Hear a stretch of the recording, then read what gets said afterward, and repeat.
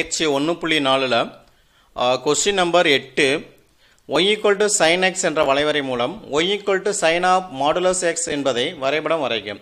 இது வளைவரை வரைஞ்சிட்டு இதன் மூலம் இந்த வரைபடத்தை வரையணும். அப்போ ஃபர்ஸ்ட் நம்ம பார்த்தோன்னா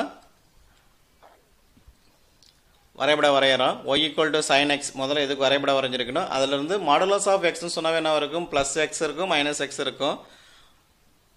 அப்போ மாடுலஸ் ஆஃப் சைன் எக்ஸ் சொல்லும் போது ப்ளஸ் எக்ஸாக இருந்தால் பாசிட்டிவில் சைன் எக்ஸ் மட்டும் கிடைக்கும், லெஸ் தெனில் மைனஸ் சைன் எக்ஸ். இதுக்கு தான் நம்ம டயக்ராம் வரையணும்.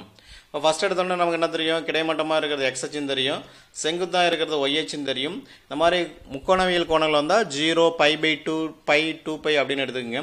இப்போ சைன் எக்ஸ்ன்னு சொல்லும் போது சைன் 0ன்னு சொல்லும் போது உனக்கு எப்படி இருந்திருக்கும்? இந்த மாதிரி 0னா 0 கிடைக்கும், π/2னா 1 கிடைக்கும், மைனஸ் π/2னா -1 கிடைக்கும். இது y equal to sin எக்ஸுக்கான வளைவரை. இப்போ இதில் இருந்து இந்த வளைவரை வரையணும். இப்போ இதில் 2 வேல்யூ இருக்குது. இந்த 2 வேல்யூயும் நம்ம ஒரு இதாக கடைசியாக போடுறோம். அப்போ ஃபஸ்ட்டு இந்த சைன் எக்ஸ் வளைவரை வந்தாச்சு. அப்போ மைனஸ் சைன் எக்ஸுங்கிறது என்ன வரும்? இதோட பிரதிபலிப்புன்னு சொல்லியிருப்போம். அப்போ அதனுடைய பிரதிபலிப்புன்னு சொல்லும் போது இந்த மாதிரி மாறி இருக்கும். இது y equal to sin x minus sine எக்ஸ்ன்னு சொல்லலாம், இல்லைனா மைனஸ் சைன் எக்ஸ்ன்னு சொல்லலாம், சைன் ஆஃப் மைனஸ் எக்ஸ்ன்னு சொல்லலாம். ரெண்டுமே ஒரே இது. இப்போ ஆனால் நமக்கு தேவை மாடுலஸோட மீனிங் என்ன சொல்லுவோம்? ஒன்லி பாசிட்டிவ் பகுதி மட்டும் தான் இருக்கும். அப்போ மேலே இருக்கிறது இந்த வளைவரை மட்டும்தான் நமக்கு y equal to மாடுலஸ் எக்ஸுக்கான வளைவரை.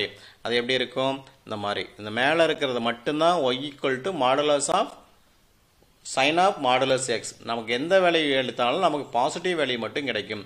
இதுதான் y equal to sine of modulus x. இந்த மேலே இருக்கிற ஒரு எம்ங்கிற சிம்பிள் மாதிரி போயிட்டே இருக்கும். கீழ்ப்பகுதி வராது, நெகட்டிவ் பகுதி குறைப்பகுதி வராது.